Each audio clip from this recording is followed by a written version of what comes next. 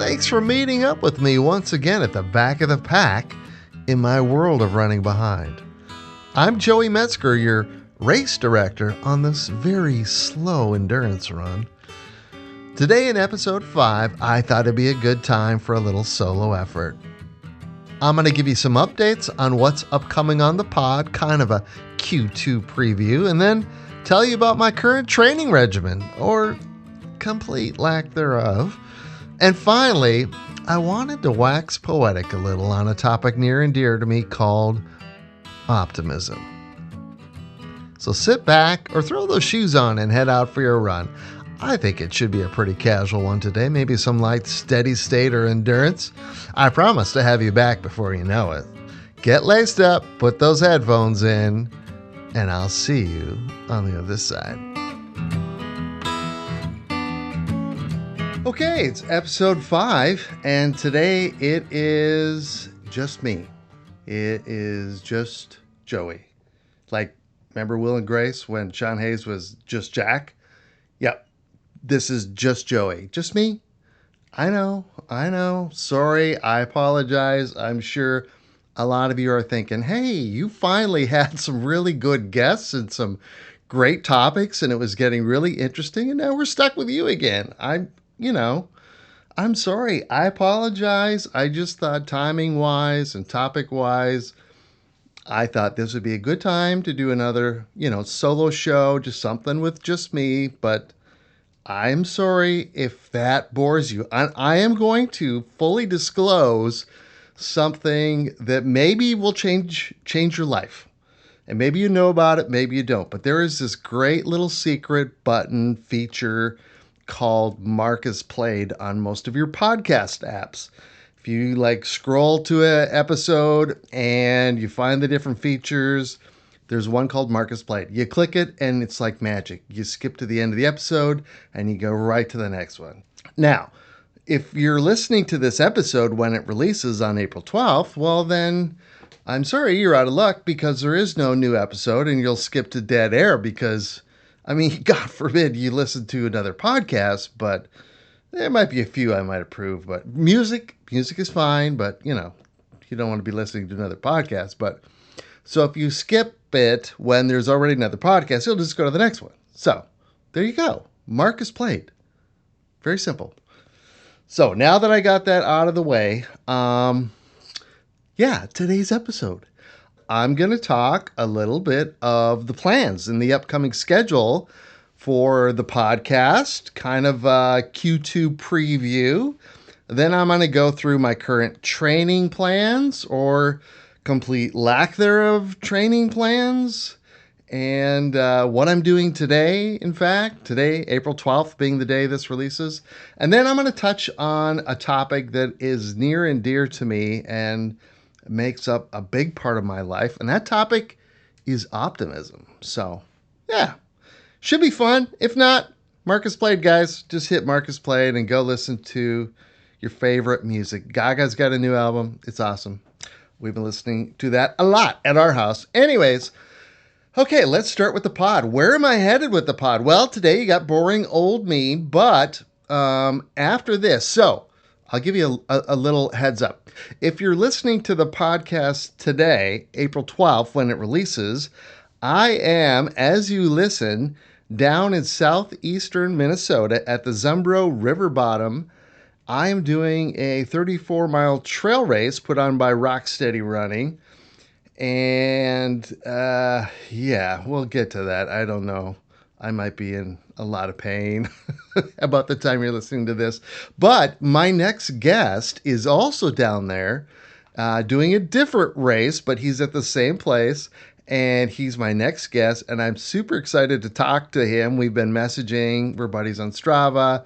And this is going to be really a milestone event for him. Now, that's if things go really well. And if things don't go well, that's fine too. We like to talk about the disasters. That's happens. It happens to all of us. So that's my next guest. After that, the boys are back in town. As the great poets Thin Lizzy said at one point, the boys are back in town. I've got Eric and Mario back for another volume of Crew Access. And we're going to talk about how my race did or didn't go today, April 12th. And we're going to talk about Eric's race he did out at Antelope Island near Salt Lake City. I think it's called the Buffalo Run 50K. And then we're going to go back in time and talk about Mario's, I think it was 2023. He did a backyard ultra. And I can't believe I've never talked to him about this, but I'm really intrigued because some of you may have done a backyard ultra. I've never done one. I don't think I would, but I really want to hear about his experience and how that went for him. And, the Barkley Marathon's just finished last month, so, it's kind of appropriate to talk about that. And then after that, I've got a couple of race directors that are local to the Midwest that I think will be awesome guests to have on. I'm really excited to talk to them. And then I've got a friend of mine and my wife's. She's a runner. She is primarily a road runner, but we're going to try to bring her over to the light of trail running. And we'll get her whole running history, but she also volunteers with a local organization called Mile in My Shoes. And if you've never heard of them, I think you'll just be fascinated. I think it's a wonderful organization. I can't wait to talk to her about it. And hopefully, maybe we'll have somebody from the program on with her. But that's coming up. And then, guys, I have got a really special guest, Strava buddy of mine that I've been following and messaging with. Is running, and I think I mentioned this in an earlier pod. He is running the Cocodona 250, and this guy is killing it. He got a coach. I don't know if it's a new coach or re-engaged with the coach, but he's got a coach, and he is absolutely killing it. I've been watching his Strava activity and all of his runs, and he is just going to town. And I think he is going to have a great week down at Cocodona, and I can't wait to talk to him about it. And there again, if he doesn't have a great week, well, that'll be an interesting story too. But I really am optimistic that he's going to have a good week. So, yeah, he has agreed to come on the pod. So I am really excited to talk to him about that. And then after that, I've got a bunch more fun things lined up that I'll tell you about at a later date. But yeah, that's basically where I'm headed with the pod. And, people are asking me, I'm doing these every other week, and I'm going to continue to do that because I have a life and these take a lot of times. At some point, I should do a podcast on how much effort it takes to do a podcast. And maybe for some of you doing pods, it's pretty simple. You record it and you release it, and I've got issues, man. I've got issues. I'm kind of got some OCD. So when I'm editing these things, I'm just probably spending way too much time on it. So anyways, I've got a life. I've got a full-time job. I've got a dog that needs 24/7 care. So it's going to be every other week for the foreseeable future. Now, if Debo calls me up and says, hey, man, Running Behind is the perfect fit for the Free Trail family of podcasts, I might still tell him it's every other week, Debo. You're just going to have to live with it. But, that's not going to happen, so we don't have to worry about that. But, yeah, so that's what's coming up for the pod. So, next, I guess we should talk about my current training or my complete lack thereof training, because basically it's just non-existent. I mean, I'm getting my miles in like the last 3-4 weeks. I've actually, I've been getting like 20 miles in, which is great. I mean, for some people that's like, that's great. If they can hit 1,000 miles a year, that's wonderful. And I'm not disappointed, but for somebody who's trying to do like a 34-mile race or, God forbid, a 50-mile or 100K, yeah, that is not enough. And that's not even the point.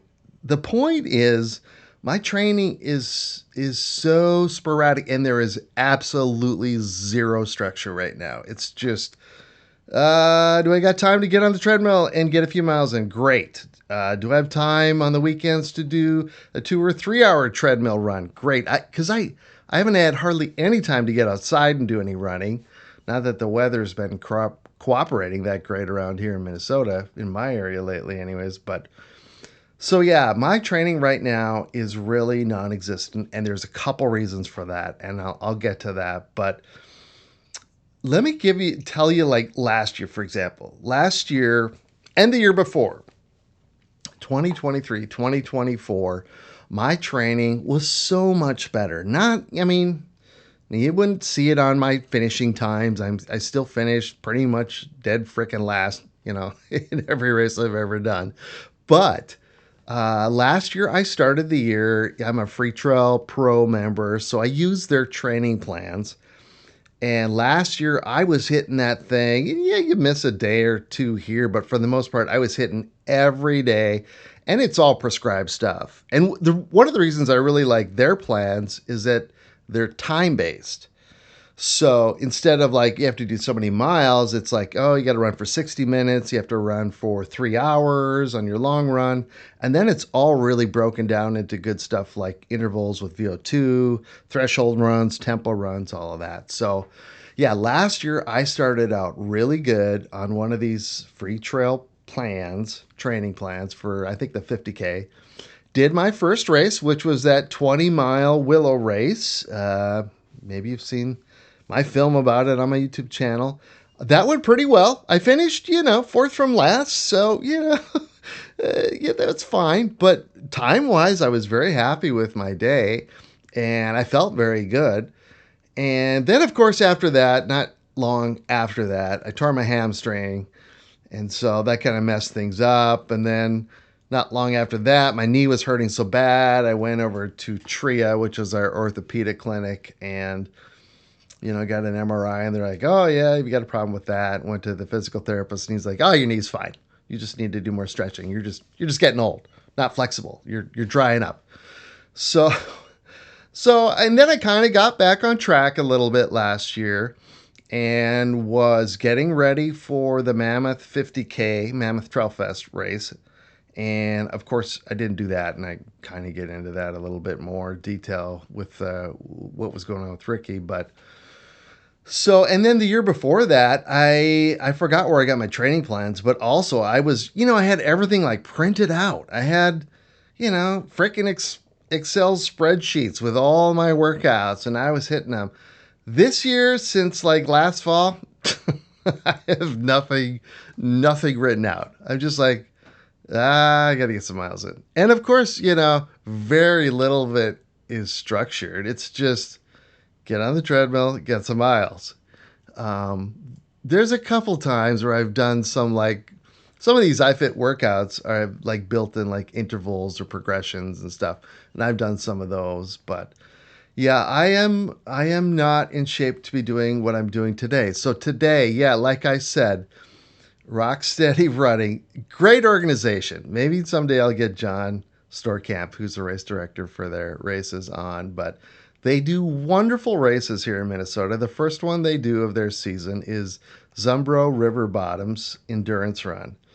And they do a 17-mile loop. So you can kind of guess the distances. They do 17 mile, 34, 50. It's probably actually 51. And they do 100-mile. And so I was going to do the 50. You probably heard me talk about that earlier in the earlier podcast, But I'm like, hell no. I don't think I could do 50 miles, even with 18 hours. So I dropped down to the 34. The other thing is our dog, and I'll talk about that, but Ricky has to get fluids every 24 hours. He has to get 350 milliliters of subcutaneous fluids. And it takes both my wife and I, or me and a helper if my wife's out of town. And so I'm like, 18 hours of running, 2-hour drive each way. Yeah, I don't think that's gonna happen right now. So I'm doing the 34-mile trail race, and based upon my current training schedule, I don't know how I'm going to get through that. I'm gonna try to run as much of the first loop, 17 miles, that I can, and if that takes me 4 hours, I'll be thrilled. It's an 11-hour cutoff, and I think I'm just going to tell myself, you know what? Run the first loop, walk the second, and if I happen to start running a little on the second, great. But I think that's kind of my mental game plan going into it, and we'll see what happens. But that's where I'm at right now, and yeah, we'll see. So, anyways, yeah, the reason why I my training is so bad right now, and I bet you've all gone through this. You've all had periods of something going on, but right now there's a couple of things. The first is I started a new job last fall, and it is so time consuming and so much work, and I absolutely freaking love it. I just absolutely love it. I don't want to say this is the busiest I've ever been because I've had jobs where I've been super busy, but also like super stressed. Not good busy, bad busy. I am so busy at my new job, but I absolutely love it. I love the company. I love my coworkers, my teammates, and I love the work I'm doing. So it is taking up so much of my time, but I'm not. I'm not upset about it. I wouldn't trade it for anything. I'm at a point in my career where this is, hopefully, knock on wood, this is, hopefully my last job. And I came across this job kind of unexpectedly, and it turned out to be the perfect timing. And I am just absolutely loving it. And it's turned into basically my dream job and situation. So I have no regrets that it's taking up a lot of time. And I'm still managing to squeak things in here and there. And if we didn't have all the stuff with Ricky going on, I probably, would be doing a little better at my training, maybe a little more structure, but yeah, no regrets with that. So the other thing that is occupying my time, as I've said 1,000 times, is my sweet little Cocker Spaniel, Ricky. A lot of you listening know me and my wife, Erin, and we don't have any kids. We've got two little Cocker Spaniels, Ricky and Lexi, and they are our whole world. They're just absolutely everything. Lexi is going to be 7. She's our little hellraiser, but she's so sweet. She wouldn't harm a fly. And Ricky, he's our little oldest guy. He's going to be 13. And, he's been doing pretty well. And I'll give you a little bit of the background on Ricky. Here's Ricky's background. We rescue our dogs. We always rescue. We just think there's so many dogs out there and that need homes, that don't get homes. So Ricky's story was this. A couple of months after we got married, we had a dog. She's since passed on. Her name was Lucy. And we were looking for a companion for her. And we came across an organization here in the Twin Cities called Underdog. And they rescue like thousands of dogs every year. They're a great organization here. And we found, so I was looking through their stuff. I came across a picture of Ricky. He's got this cute little bow tie on. I fell in love at first sight. We met him. He turns out to be just this lovable guy who's just a sweet dog who loves to be cuddled, loves to sit on your lap. He's not big on walks or runs or anything like. In fact, he's not huge on the outdoors. The guy barely leaves our deck. But yeah, so his story was when we got him, he was like 4.5. And like a lot of these stories, he was, at a breeder down south. And when he got to be about 4.5, they were done with him. So they were just going to euthanize him. He was used up, all done. And so Underdog, this organization they're in touch with some of these breeders, and they went down and, they had to purchase him and brought him back to Minnesota and put him up for adoption. But he lived 4.5 years in a 4-foot by 4-foot cage.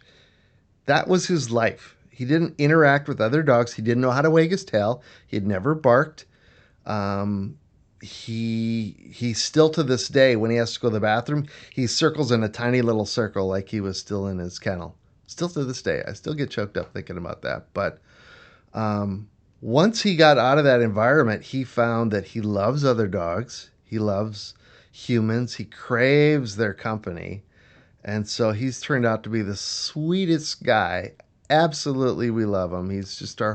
He and Lexi, they're our whole world. And we've got a cat too. She gets love too. We love the cat too, but the dogs are really special. So yeah, last summer, late last summer, he basically stopped eating. We had tried everything.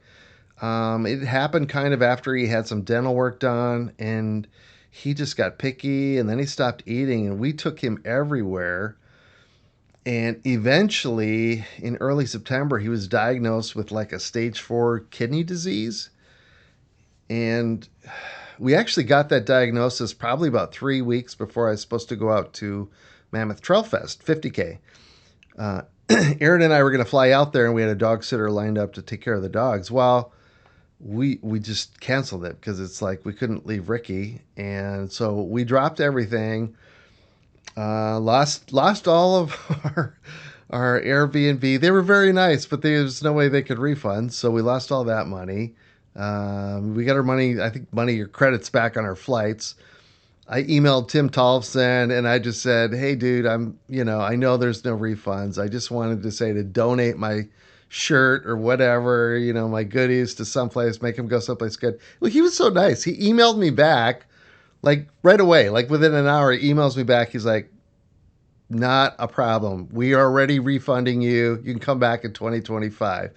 And he's like, I hope little Ricky gets better. And I'm just like, that is so nice. That's our trail running world. And Tim Tollefson, these are just some of the nicest people you could ever imagine. So we canceled that. And we just dedicated everything to taking care of Ricky. We canceled. We were supposed to go to out to the East Coast. We canceled that trip. We had a trip booked out in the UK, a trip to Hawaii.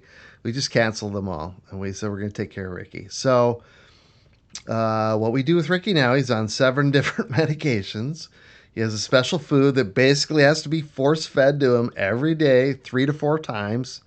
And then we have to give him subcutaneous fluids every single day, 350 milliliters, and that's a 2-person job. One has to hold him, one has to, I'm the guy that, puts the needle on him and gives him the fluid. But yeah, it's it's some time. It takes some time to take care of him. But here's the kicker, guys. He's doing great. He is doing so much better. He is living literally his best life right now.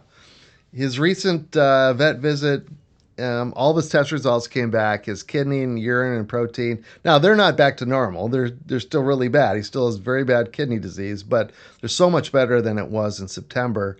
And his attitude and his happiness. He's even like found foods that he likes to eat again. For a long time, it was like there was nothing he wanted to eat. We force fed him this kidney diet food, but there was nothing he really enjoyed eating. Well, he's come back. He's found foods he really likes. So yeah, it's there again.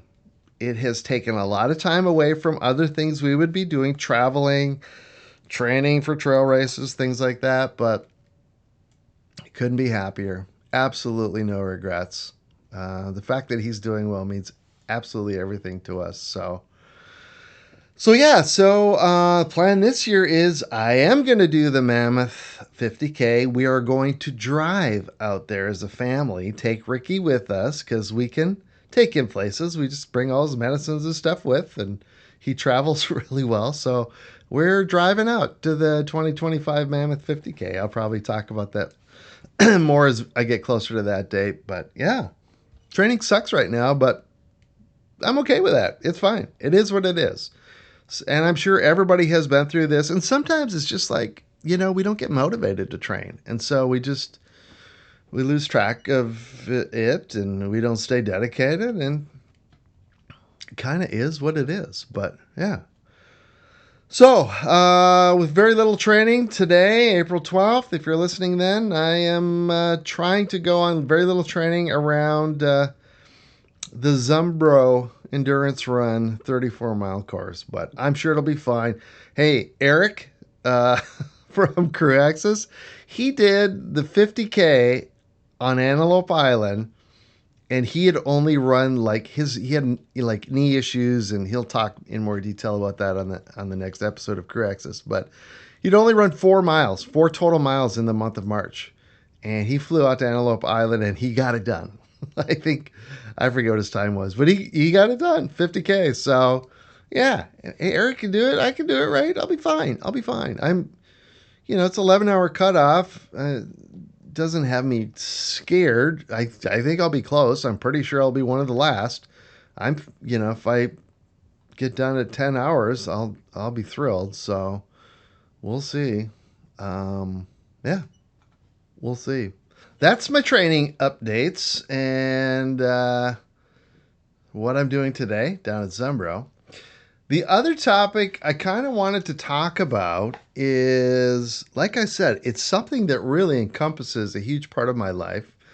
It plays a big part of my running, my trail races, more importantly, in my personal life and my work, in everything, and that is optimism. I am, uh, I'm an optimist, pure and simple. I am absolutely an optimist. I mean, yeah, do I ever have anxiety and worry about things? Well, yeah, hell yes, of course I do. But the heart of me is an optimist, and more times than not, I'm going to choose to look at how to get something done and accomplished and not worry so much about why it's failing. And as I get older, this gets even more pronounced. It just gets stronger.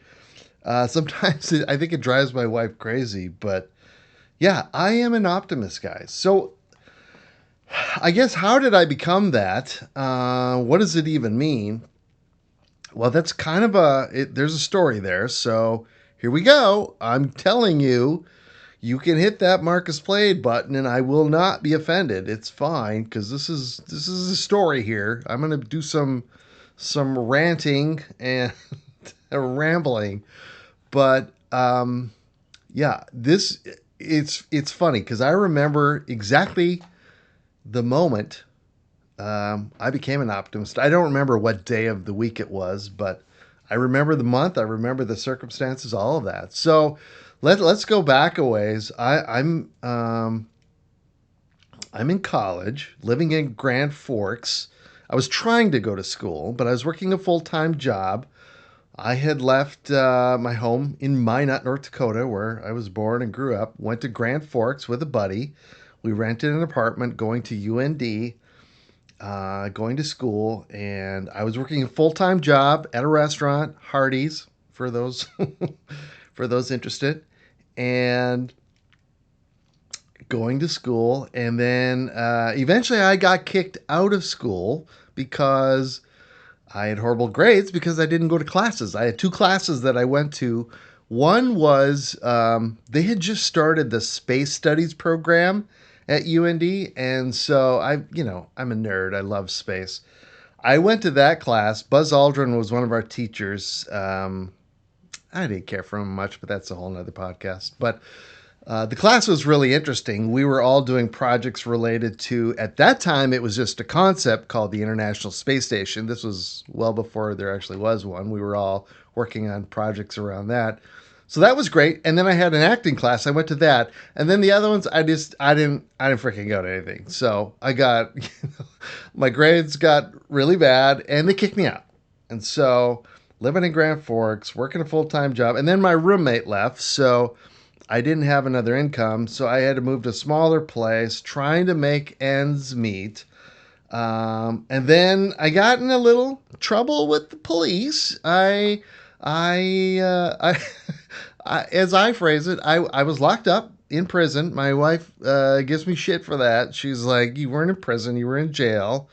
Well, yeah, technically it was jail, but I had a cell next to the showers, and I didn't have any friends or family to bail me out. So I sat in that cell for a little bit. And now, just so you understand, these are not serious offenses, completely victimless crimes. It started with parking tickets, and then I think minor possession, and then it was contempt of court because yeah, yeah, because I wasn't paying my fines, basically. So yeah, in prison, just life's not good. It's really pretty bad. I have no plan. I have no future. Barely making ends meet. I had no hope I didn't know how I was going to get out of it. My car was on its last legs. And I remember there was this February, I'm pretty sure it was 1988. It was this really cold February. I'm driving back to Minot to visit my sister and her then husband and their kids. And I'm driving back and it's cold. My car is barely running. And literally something just clicked. And I'm not spiritual. This was not a spiritual, or I don't want to say where there was an epiphany. It was literally like a switch clicked on. I don't know why. And from that moment, I was an optimist. Something just clicked and said, nope, I'm going to not look at this as glass half empty. This is glass half full. It's going to be fine. And I don't know why. But I wrote back in the day, I wrote a song about it called February Drive. But yeah, that was the moment I became an optimist and everything changed. And I don't know why, but that was nearly 40 years ago. And, it's stuck with me and it's really only grown since. And it really it guides my life. My two main philosophies in life are assume positive intent and leap in the net will appear. And those really are the basis of my optimism. So, and if you've ever seen any of my silly YouTube films, you probably would go, yeah, that dude's an optimist. I mean, look at the guy is like hopelessly slow. He's he's at the back. He's going to finish last, and he's smiling, laughing, having a great time, enjoying it. And part of that is my personality, and part of that is I'm just an optimist. Now, that's not to say that I don't worry about things, that I don't have anxiety, that I don't fear for some things. I absolutely do. But when it all comes down, when the shit hits the fan, at the end of the day, I am an optimist, and I believe it's all going to be okay. We're gonna get through it. So, yeah. The other thing I was going to say is about optimism is if you've ever seen me in real life or watched any of my movies or seen some of my Strava photos, you will probably likely almost always see me wearing something orange. And sometimes it might just be my watch band. Sometimes it might be more than that, but there's a reason for that. And for me, orange equals optimism. I believe orange is the color of optimism. And I mean, if you think about it, well, for me, anyways, it makes sense. The orange is the sun. It is warmth. It is comforting. It is fire. It is heat. It is nourishing. It is, tropical fruits. It's hard not to look at something orange and not think of happiness or enthusiasm, positivity, adventure, freedom, success, even achievement. So for me, it expresses everything that I think of that is optimism. I know there is this Simon Sinek. He's a keynote speaker, a writer. He's a self-proclaimed optimist, and I follow him and I like him. He's a little bit more in like the corporate side of things than real life side of things. But he also says orange is the color of optimism, and I mean, I've thought about that for a long time. I've always loved orange, and I think it's orange equals optimism. That's just what I think. I also think it's interesting, like, sometimes people ask, like, how do you become an optimist, or, how do you cultivate that? I mean, guys, I don't really know. Like I said, I have no clue why that happened. Something in my brain just clicked. I think I got to, that lowest point, and my brain just flipped and said, this is how we're going to deal with things. And literally, sometimes that's what it is. Not that this is a key to be an optimist, but one of the things I do is if I am in a difficult situation, and if I ever get in a really long trail race where I'm in trouble, this might help me. But one of the things I do is I am really quick to move on. So if there is a pain point, if it's a person, a relationship, or something like that, I have the ability, and some might say, "Wow, that's harsh," but the ability to very quickly just shut that off and go, "I'm done with that. Moving on. I need something positive, and it's gone. It's done, and I'm moving on." I think someday that's going to help me in a long trail race. But in my life, it's helped me. It might not be understandable to everybody, but um, that's something I think about a lot. Is I just have this ability to shut it down, turn it off, move on to the next page, turn the page very quickly, and keep moving on. What I was going to say though is I think it's interesting. There's a lot of, self-help gurus and they have books and here's how to make you optimistic and in your business lives, your personal lives. And I just don't think there's any magic trick or special training. I mean, there's some basic thoughts and ideas you can do that might help you clear the way, but I don't think there's any magic trick. Like I said, there's a couple of things for me that I kind of live by. um, Both of these drive Aaron absolutely crazy, but I try very consciously to always assume positive intent. And I know this philosophy has been out there for a while. It's been applied with different writers and different ways of thinking, but assume positive intent is such a basic thing, but it is so life changing, and it's not always easy to do. It took me a while, and I'm getting better at it. And it, like I said, drives my wife crazy. But when something happens, I always try to take a breath and assume positive intent because it is really easy to not assume positive intent, to go the other way and just react because that's what we want to do. But if you take a breath, you assume positive intent. Hey, you know what? You might be proven wrong. Yeah, might be some bad shit. But if you take the time to assume positive intent, so many great, wonderful things can happen. You can see another side of a situation or a person. It really opens up the possibilities of things that could happen. The other thing, the other basic thought, and the other principle that kind of guides me that I think might be helpful is a philosophy that's leap and the net will appear. And for me, it means a lot of things, but really it means taking a chance, just knowing that things are going to be okay and taking that leap, trying things that you might not otherwise try and just take a chance. And that saying, it's really interesting. That saying actually came from, it wasn't a self help book or anything like that. It was a book, I think back in the 90s. It was called The Artist's Way by Julia Cameron. And there was a bunch of us actors in the 90s who were reading that book. And there was another acting book we were all reading and quoting. And I remember reading The Artist's Way, and that, it had a lot of spiritual stuff and divine being stuff in there that wasn't really my jam, but that I just took away from that book that concept of leap and the net will appear. And the book actually was written about, how an artist can explore and expand their creativity. It really had nothing to do with optimism or, anything like that. But I took that concept away and it really has become a big part of my life.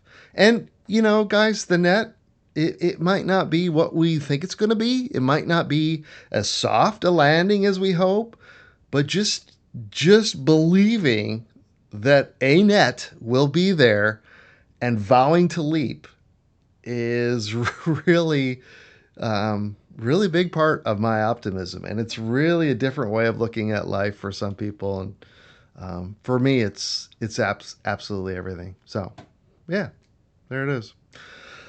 Okay, wow, that was super deep, Joey. Man, I bet there's probably nobody listening yet. You probably all hit that marked as played button. I sure hope you did. If you got bored, don't say I didn't warn you. There's gonna be newer, better episodes with guests coming, I promise. So yeah. One last thing I want to do, I kind of want to throw this out there, and it might die on the vine, but a little segment I want to throw out at the end of some of these solo sessions, and maybe I'll do them on some with my guests too, is a little segment I'm calling Whiskers on Kittens. If you've ever seen The Sound of Music, this will mean something to you, but basically it's favorite things. And I think it'd be fun to kind of, well, I'll talk about it. You guys can all, message, DM me on Instagram or whatever, message me or put it in the comments. But I thought it'd be fun to talk about some of my favorite things. And sometimes you can get to know a lot about people or, find out things that you hadn't thought of when you hear about some of their favorite things. So, there's just a multitude of stuff, so many things. I thought for this first time, for Whiskers on Kittens, I thought I'd do TV shows. And I could stick to like one category. I mean, there again, there's 100 different categories of TV shows. You've got your classic shows, your comedies, your dramas, your recent ones, your less recent. So here's the 3 categories I'm going to do. I'm going to do with like my all-time classic favorite TV shows, top 5. And that's going to be shows that started over 10 years ago. Then I'm going to do my current favorite top 5, and I might have some honorable mentions in these too. And then I'm going to do my favorite for running on the treadmill or riding the bike, on the trainer in the house. So here goes. Whiskers on Kittens. Top 5 all-time classics. So like they started over 10 years ago, TV shows. And these aren't going to be in like, this is number 1, this is the second best. These are just top 5. But the number one I have is Breaking Bad. I remember when that came out. Bryan Cranston is just absolutely one of the best actors of our time. There is nothing he does that I don't absolutely love. But that show, when it came out, my wife and I, we both just absolutely loved it. Second one is Game of Thrones. And I know some people got cold on it at the end. I had read all the books. And so for me, the show was just kind of, icing on the top, but I absolutely loved it. And I know the show was a little bit different than the books, but still loved it. Number 3, I have to say The Office. I mean, when The Office came out, there was nothing like it. And I know I saw the British Office. That was great. I'm talking about the American one. Steve Carell, his portrayal of Michael Scott, is absolutely brilliant. One of the best comedic performances of all time. And he deliberately didn't watch the British show when he created his Michael Scott character. But it is so brilliant, the way he portrays that character. Number 4, Mad Men. There again, kind of an iconic time when I was watching that and just changed a lot of things. It was just so good. So absolutely good. And then I'm going to throw one out there that a lot of you probably haven't heard of, but a lot of us who are super nerds love this show, Firefly. It was a show that ran for 1 season. It didn't get great ratings. They canceled it. And then when it came out like on box DVD, everybody went nuts. They ended up making a movie about it. And it's still to this day just as classic. So those are kind of my top 5. It could change day to day. Some honorable mentions I would throw out there. Parks and Rec, another great comedy. True Blood, that was a great one. Nurse Jackie. The Americans, if you ever saw that one. Kerry Russell. Homeland, that with Claire Danes, is that her name? Oh, so good. And then Sons of Anarchy, I'm a motorcycle guy. It was really fun. The last few seasons, we were like, okay, we're done. But when that came out, we were just really digging that. Okay, so the classics. Current shows. Again, not in any specific order, but kind of my top 5. Succession. If you've not seen that, it is so good. And even, some shows end not very, in a satisfying way. This was the way they ended. It was just absolutely perfect. And all the actors were just fantastic. So good, so well written. That one, also love Billions. Damien from Homeland, and then Paul Giamatti. Oh, he's another great actor. Just a great character actor. That show was great. I gotta say Schitt's Creek. I just Absolutely love it. I remember watching that and trying to get my wife to watch it at the time. She's like, "What? What is that?" I'm like, "It's so good. It's so funny." And then the show started catching on, and her friends were watching it. So then she came back to it, and she ended up absolutely loving it. So good. Number four, I Ted Lasso. I gotta say, Ted Lasso, man. It's so joyful. Look at me. I'm this optimist. I'm this guy who is joyful, cheerful, and optimist. I gotta like Ted Lasso. It's so good. And then the other one that's in my top five is a show that just came out this year. We started watching. I didn't know how we heard about it. By the second episode, I'm like, this is one of the best shows ever written. And some of the performances are like out of this world. And that is The Pit. It is a medical drama, which I don't like medical dramas. It's set in Pittsburgh. Noah Wiles, who is in, ER. He's also done a lot of sci-fi stuff, so I've kind of kept up with him. That show is so good, and we know medical people who are like, it's very accurate too. So some honorable mention would be Ozark, Stranger Things, White Lotus. We just finished up season 3 of that. So good. Love it. So I've got those two. My last category for Whiskers on Kittens this episode is some of my favorite treadmill TV shows. So, or, if I'm on the bike trainer too, I've got the TV on there. So these are some of the ones. They're probably going to be more recent because that's when I've been doing treadmill. I was doing treadmill 10 years ago, but this show could very well be in one of my current favorites as well. And that's a show called For All Mankind. And I can't remember if it's on HBO or Max, or I don't know which channel it's on. It is so good. It's like an alternate history where Russia is the first one to get to the moon. And so it starts out in the 60s and then it progresses up, and eventually like there's bases on the moon and bases on Mars. It is so good, guys. The acting is great. The writing is great.